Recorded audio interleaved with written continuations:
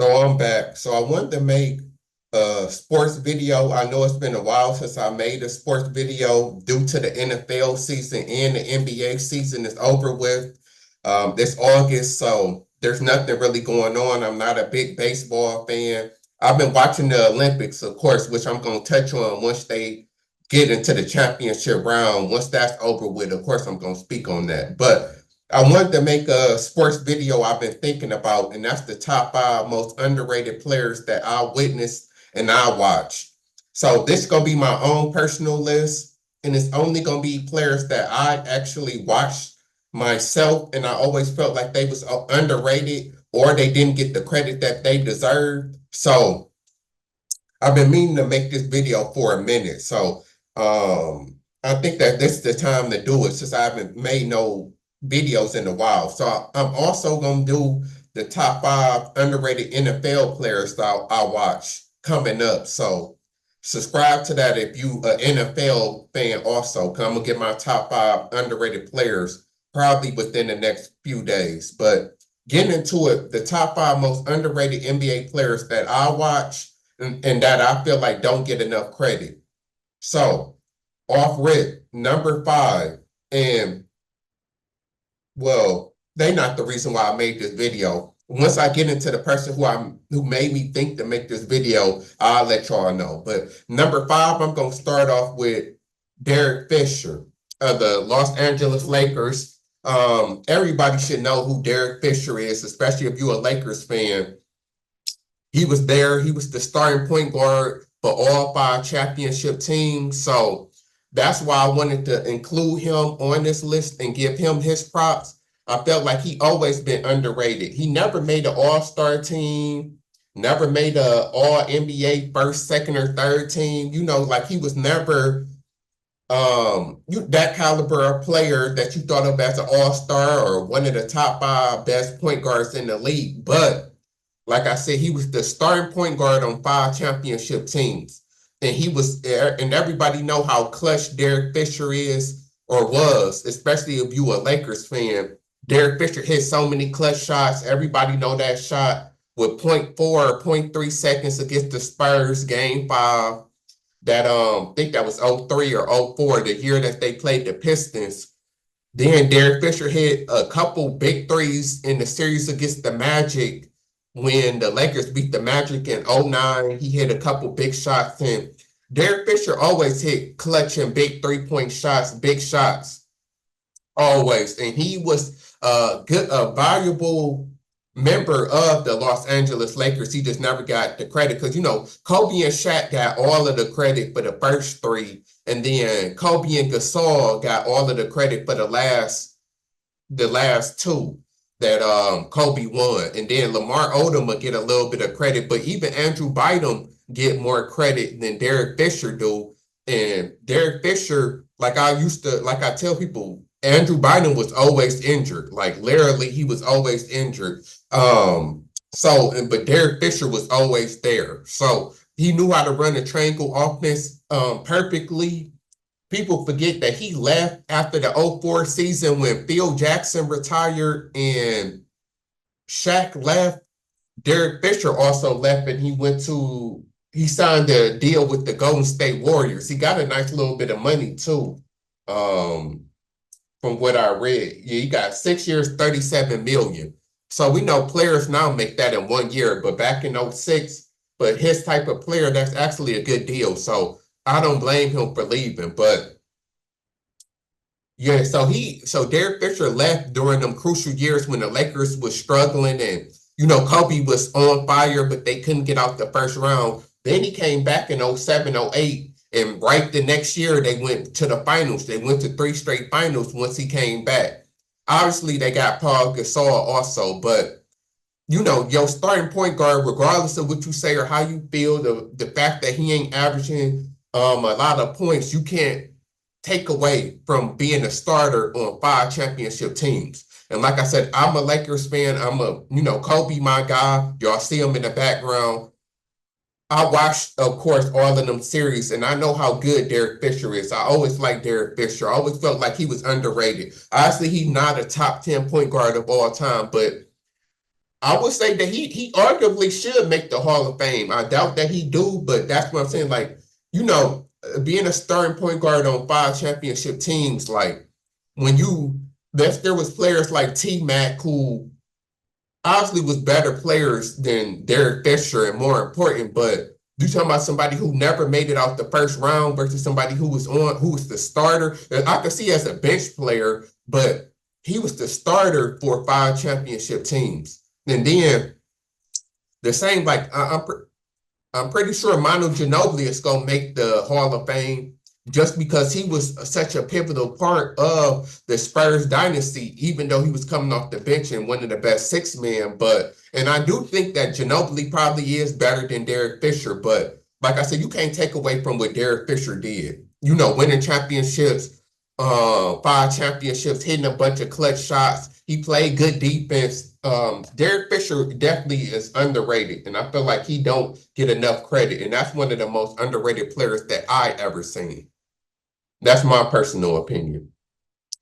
Next, is the reason why I actually made this list. It's gonna be debatable if he is underrated or not, but I think that he is. I'm making this video because Dr. Umar, if y'all don't know who that is, he, a pro-black. He speak on black issues. He's supposed to be a psychiatrist. He known for trying to open up an all-black school. That's, Dr. Umar, if you don't know, but he made some interesting comments, and he was talking about Rasheed Wallace being the second or first greatest power forward of all time. He was talking about how good Rasheed Wallace is and how he liked Rasheed Wallace and how he felt like Rasheed Wallace was the top 2 power forward of all time. Now, of course, I don't agree with that. I don't think that Rasheed is nowhere. He was saying that he's up there with Tim Duncan. Like, no, it's not even close. Tim Duncan is the top 5 player of all time, maybe top 3 in my opinion, and or top 4 for sure. But he's not on that level. Most people got Kevin Garnett over him, which I can understand also. Him and Dirk, of course, Dirk got an MVP and a finals MVP, so Dirk gonna get put over him. Who else is a power forward? Trying to think. I can't even think really, because now like power forward and center kind of get lumped together nowadays. But he might not be, he not a top 3 power forward, but I do think that Rasheed Wallace, and that's obviously who number 4 is, that he's underrated for sure. And he is probably like a top 10-ish power forward. And Rasheed, like everybody knows how good Rasheed is, but they really don't understand how good he is, especially for his time. Like everybody said, Rasheed Wallace is the player that you can put in right now and he would excel, because even back then he could shoot. He's 6'11", it says 6'10", 6'11". He had good size on him, and he could shoot the 3. He could post you up. Like he was kind of like Embiid, like not exactly Embiid, because Embiid is 7'1" and even bigger, but and probably even better. Obviously Embiid is better than Rasheed probably is, but in terms of somebody being able to post you up and shoot the 3 and have a reliable jump shot, just kind of like Embiid do. Embiid can shoot and he can post you up. That was Rasheed Wallace for sure. His game kind of remind me of Dirk too, to a certain degree, because he could, shoot over you just like Dirk. Dirk could post you up and he could hit the shot. Rasheed is right in that same realm, with him. Somebody who was able to take you in or take you out, stretch the floor. He was a great stretch player. He would, like Rasheed would be great in today's time. For sure. He definitely one of the players that could translate through any era. And then Rasheed, of course, he helped the 04 Pistons win the championship. He was the X factor. I said that even when I was a kid and I was younger, because I'm from Detroit, and I always said that give Rasheed is what put them over the top. It's arguable if he was their best player. I think that he was like their best scorer for sure. It was him or Rip, but I would probably give it to Rasheed, because Rasheed had averaged 20, for a season before. And on the Trailblazers and the Hawks, he can get buckets. He can get 20-something easily. So he probably was the Pistons' best scorer. And he would play good defense. He fit, and his attitude fit the team perfectly. So he was the X factor and a big part of the Pistons winning that championship in '04. He was a four-time All-Star, made it with in 2000, 2001, 2006, and 2008. He was great on the Trailblazers. They ran into the Lakers. I think that was either the semi or the conference finals. I can't even remember. So he was a part of a good team. Then when he went to the Hawks for like 3 games, them 3 games that he went to the Hawks for, he went to the Hawks. Where is it at? Oh, he only played 1 game for the Hawks. I thought he played like 2 or 3. But in that 1 game he played, he scored 20 points in 3 quarters and had 6 rebounds and 5 blocks, assist and a steal. So that's in 3 quarters. He had 26, 5, 2, and 1 steal. So, that's great numbers for to play 1 game. And then, he came to the Pistons and did his thing for sure. So, Rasheed Wallace definitely one of the most underrated players of all time. People know how good he is, but he's still underrated because his name don't ever get really talked about a lot. But Rasheed was great, and like I said, Rasheed is one of the players that could translate and play in today's era for sure. Next up, on the list, the most underrated players of all time that I have watched, and I guess this is not in no order. Because I ain't had time to be splitting hairs and put it in order, because Rasheed could have arguably been number 1 or 2 on this list. I'm just giving y'all, I'm breaking it down how it came in my mind, like how I thought of these players, like how it came up. So, no particular order, because y'all might feel like who I put at number 1 is better than who I put, that number 4, like Rasheed might be better than the person who I say number 1 is. Like, so it's in no particular order. Next, number 3 is Yao Ming. Yao Ming for sure. Like, people just don't understand how good Yao Ming was also. If it wasn't for the injuries, he had the potential to be like all-time great for sure. He, of course, to say he an 8-time All-Star, we know that's because Yao Ming used to lead in All-Star voting, because China got all of the people and they will all vote for Yao Ming. So some of these All-Stars, you could say he might not have deserved, but some of them he did. He just didn't deserve to be the all-time All-Star voter. Like, he didn't deserve to get the most votes. But a lot of these years he was an All-Star. He was 2-time All-NBA second team, 3-time All-NBA third team. He was on the rookie first team. Then he won a championship and stuff in the CBA overseas and stuff like that. So yeah, but Yao Ming was a great player. He was 7'6". I thought he was 7'2", but he was 7'6", 310. He the only player besides Hakeem that I seen make Shaq look small and look, like blocking Shaq's shot, scoring on Shaq, making Shaq look even small. And then Yao Ming, in 06, 07, he averaged 25. In 07, 08, he averaged 22. In 05, 06, he averaged 22. Then he averaged 18 in 04, 05. So, he was a career 19-9 guy. So, them great numbers, 19-9.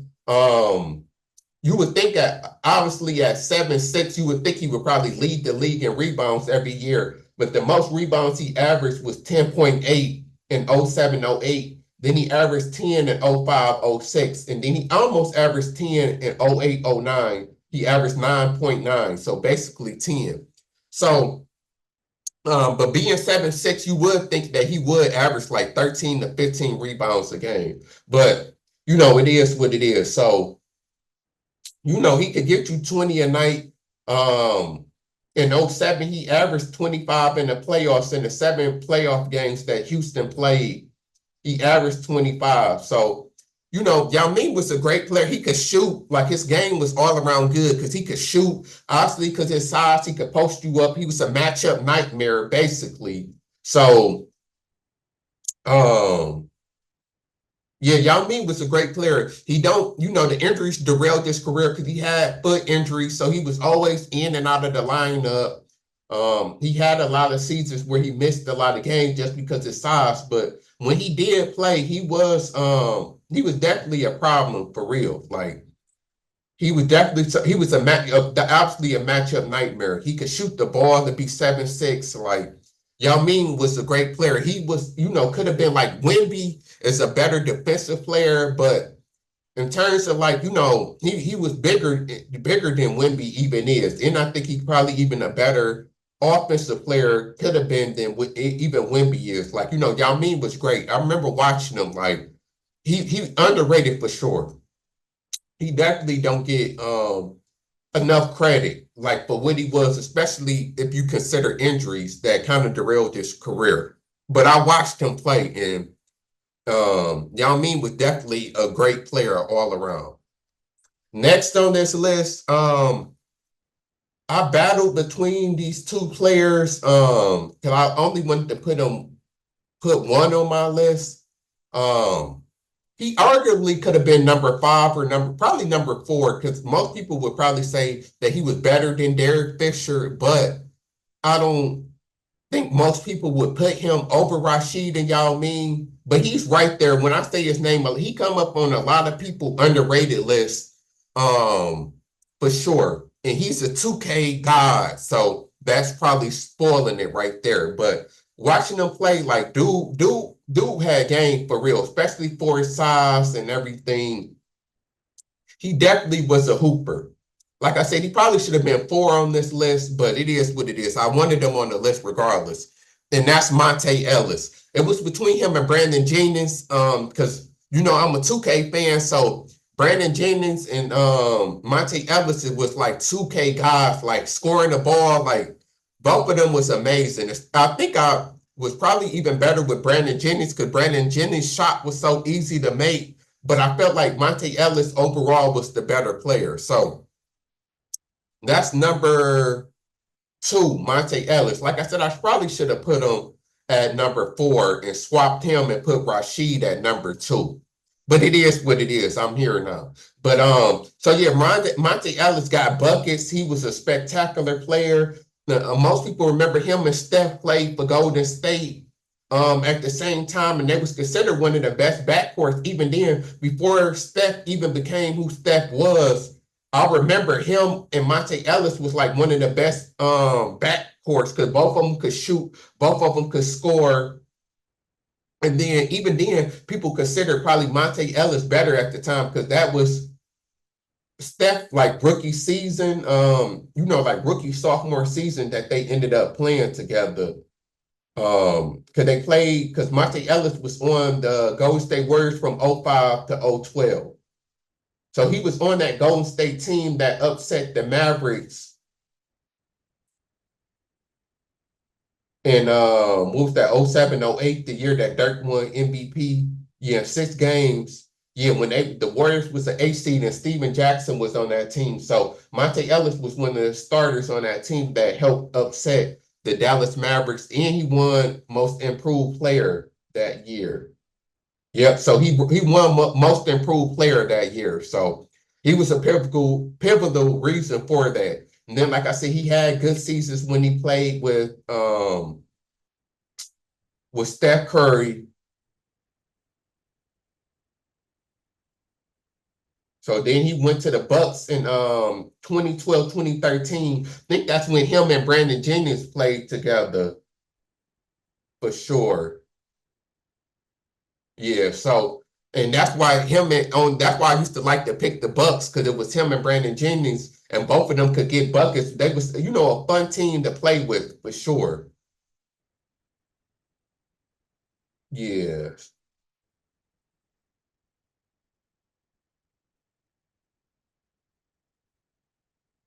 yeah, my bad. I had to refresh my memory real quick a little bit. So yeah, because he played. Yeah, they played together 2012, 2013. They was together. And that's the 2K that I'm thinking about around there, 2K12 or 2K13, when Brandon Jennings and Monte Ellis, they was a problem on that game. And then Monte Ellis and, like I said, Steph Curry was a problem. Then he went to the Mavericks for 2 years. He had a couple good games.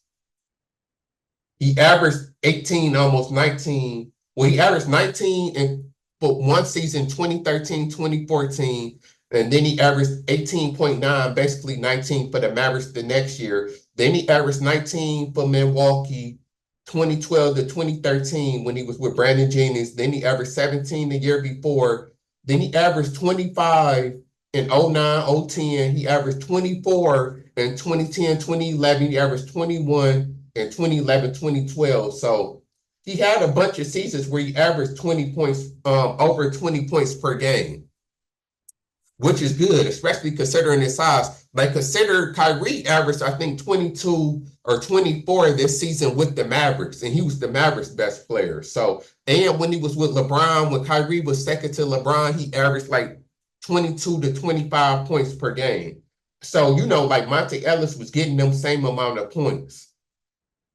He was a bucket getter, one of the best scorers for sure, that I seen. He could shoot, take you to the rim, was just an all-around great player. Why is this not? Oh, that's why. So yeah, that's Monte Ellis, number 2 on my list. Like I said, he might have could have been lower on the list, but it is what it is. I wanted to put him on this list for sure. So, getting into it. Man, it's so many players that I could have put here. There's so many players. So I'm gonna do my honorable mentions, players that could have made this list that I watched that was great. Because there's so many players. I could have did the top 10 most underrated players, but I didn't want to make this video too long. So you got there's so many players. Shawn Marion, that played for the Suns, and then he played for the Mavericks. I think he was on that 2011 team that won the championship. Yeah, he was. He was on that team. So I could have put Shawn Marion on this list. He could have been number 1. He was a great player for the Suns and the Mavericks. He was probably the 3rd or 4th best player on both teams, because we know in the Suns, it was Steve Nash, then Amari Stoudemire. Then you have Raja Bell and somebody else I'm missing. But Shawn Marion was arguably the 3rd best player on them teams. And then for the Mavericks, he was kind of older then. He wasn't, because besides Dirk, everybody kind of just played their role. So it's kind of hard to say. But most people would probably say Jason Terry was probably the 2nd best player, and Jason Kidd 3rd, and maybe JJ Barea. But Shawn Marion played a pivotal role, and he was always a good player. He played good defense. He was a good dunker. He had the most funniest shot. That's what he was known for, his shot, that quick kind of weird shot that he had. But it used to go in, especially from the corner. So he was a great player, one of the most underrated players for sure that I used to watch. He could have made the list. Who else could have made the list? Jermaine O'Neal, and I know that, being in Detroit, and I got to watch a lot of Pistons game, so that the Pacers was one of the Pistons' biggest rival. We know about the brawl, but they played each other in the playoffs. Everybody remember that Tayshaun block on Reggie Miller. So, and Jermaine O'Neal was a great player, for sure. He came straight out of high school. He was getting 20-something points per game. He was a great scorer, great defensive player. Jermaine O'Neal was definitely a great player, and definitely one of the most underrated players, for sure. He could get to a double-double. He had a great game. He always get forgot about, too. He is a forgotten player that most people don't talk about, and he was great for sure. I already said Brandon Jennings. That would also be in my on my list of honorable mention for sure. And then one more honorable mention that I'm gonna name is Baron Davis. Um, he was always, little and short, but he had game. Baron Davis, was a great player for the Golden State Warriors. I think he was on that team with Monte Ellis that upset the Mavericks, if I'm not mistaken. For his size, he had game. He could dunk on you. He could shoot. Like, he had that attitude also. That great attitude that you would want in a player. He a player that you would want on your team for sure. Baron Davis. So that's one of the ones that the honorable mention that I wanted to bring up. Then of course I thought about bringing up like Brandon Roy or Darren Williams that played for the Jazz, but most people know about them. Brandon Roy, like people was looking at him being Kobe before Kobe, but the injuries obviously messed him up. I watched him play. He was a great player. I remember watching live when he hit that three-pointer in the playoffs. I think it was against the Rockets. I can't remember who it was, but that famous game winner that he had in the playoffs. I remember watching that live, and Brandon Roy could hoop for sure. He was a bucket getter, for sure. The injuries messed him up, just like T-Mac and Grant Hill. He one of them players that we forget about. Darren Williams was great. He was considered the second best point guard with Chris Paul for like a couple seasons. Like for 2-3 years, it was Darren Williams, and then it was Chris Paul that a lot of people considered the best point guard in the world. And even when he went to, I think it was the Nets or Brooklyn or whatever it was, he still got buckets, and he was a great player also. So he's another player that's underrated for sure. That could have made this list. So that's a lot of honorable mentions for sure. That I could have put on this list. But ultimately, number one most underrated player that I feel like is underrated, and this is gonna blow y'all mind, and y'all gonna about to be like, he's not underrated, but he is, and I think he's still underrated, but he gets his props, and a lot of people, but he got hold, like he got hold off of the top 75 players of all time list, and I think that he's one of the top 10, almost top 5 players at his position. He always get clowned a lot, but people know how good he is. People gonna argue if he underrated, but I think that he is underrated because I think that he could have still been playing years after, no team will pick him up. He might can arguably still play now. And that's Dwight Howard. Feel how you want to feel. It's number one, so I wanted to at least make number one kind of controversial and kind of a bang.